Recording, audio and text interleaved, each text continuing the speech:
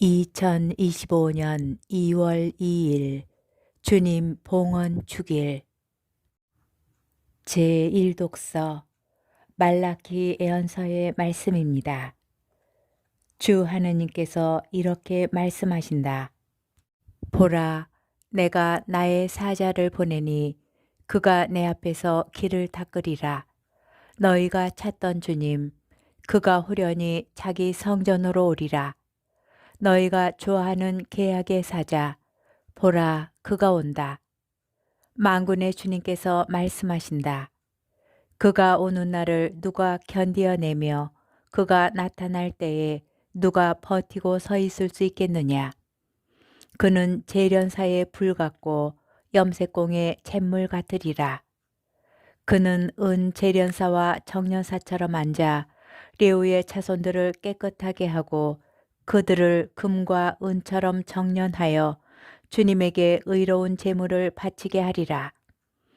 그러면 유다와 예루살렘의 제물이 옛날처럼 지난날처럼 주님 마음에 들리라.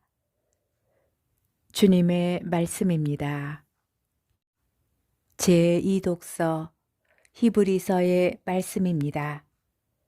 자녀들이 피와 살을 나누었듯이 예수님께서도 그들과 함께 피와 살을 나누어 가지셨습니다.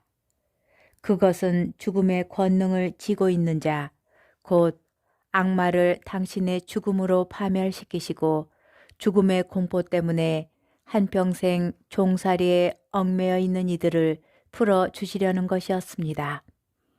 그분께서는 분명 천사들을 보살펴 주시는 것이 아니라 아브라함의 후손들을 보살펴 주십니다. 그렇기 때문에 그분께서는 모든 점에서 형제들과 같아지셔야 했습니다.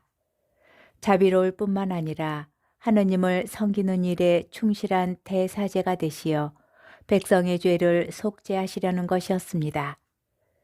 그분께서는 고난을 겪으시면서 유혹을 받으셨기 때문에 유혹을 받는 이들을 도와주실 수가 있습니다. 주님의 말씀입니다. 복음, 루카복음 2장 22절에서 40절의 말씀입니다. 모세의 율법에 따라 정결례를 거행할 날이 되자 예수님의 부모는 아기를 예루살렘으로 데리고 올라가 주님께 바쳤다. 주님의 율법에 태를 열고 나온 사내 아이는 모두 주님께 봉헌해야 한다고 기록된 대로 한 것이다. 그들은 또한 주님의 율법에서 산 비둘기 한 쌍이나 어린 집 비둘기 2마리를 바치라고 명령한 대로 제물을 바쳤다. 그런데 예루살렘에 시메온이라는 사람이 있었다.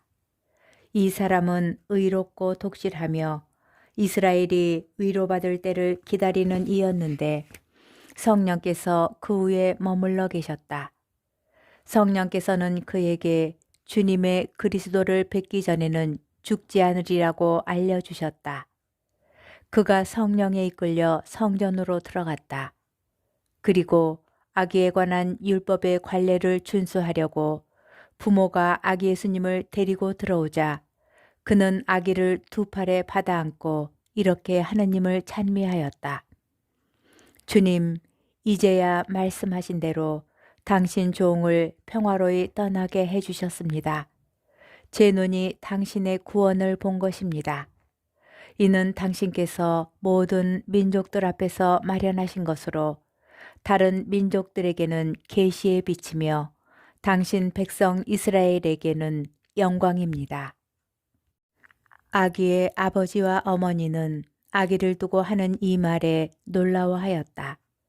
시메온은 그들을 축복하고 나서 아기 어머니 마리아에게 말하였다. 보십시오. 이 아기는 이스라엘에서 많은 사람을 쓰러지게도 하고 일어나게도 하며 또 반대를 받는 표징이 되도록 정해졌습니다. 그리하여 당신의 영혼이 칼에 꿰찔리는 가운데 많은 사람의 마음속 생각이 드러날 것입니다. 한나라는 예언자도 있었는데 푸누엘의 딸로서 아세르 지파 출신이었다.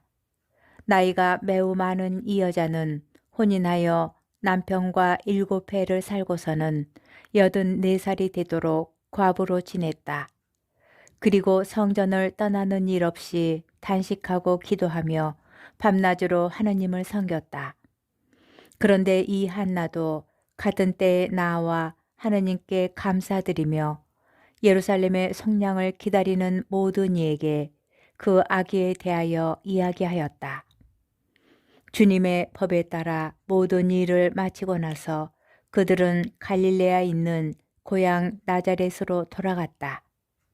아기는 자라면서 튼튼해지고 지혜가 충만해졌으며 하느님의 총애를 받았다.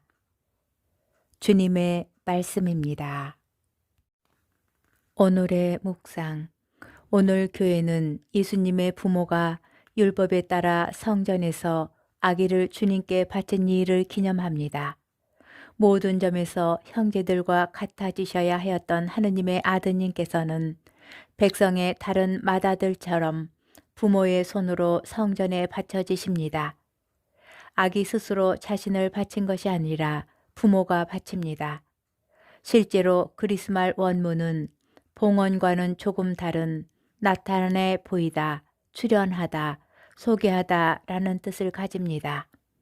프란치스코 교황께서는 오늘 복음을 드디어 오신 구세주께서 성전에서 백성을 대표하는 두 예언자를 통하여 당신 백성을 처음 만나는 자리라고 하십니다. 일종의 상견례인 셈이지요. 제1독서에서 구세주께서 자기 성전으로 오시리라 라고 한 말라기 예언자의 말도 이를 뒷받침합니다. 곧 아기 예수님께서 세상에 오신 뒤 처음으로 성전에서 아버지 앞에 그리고 백성 앞에 나타나시는 것입니다.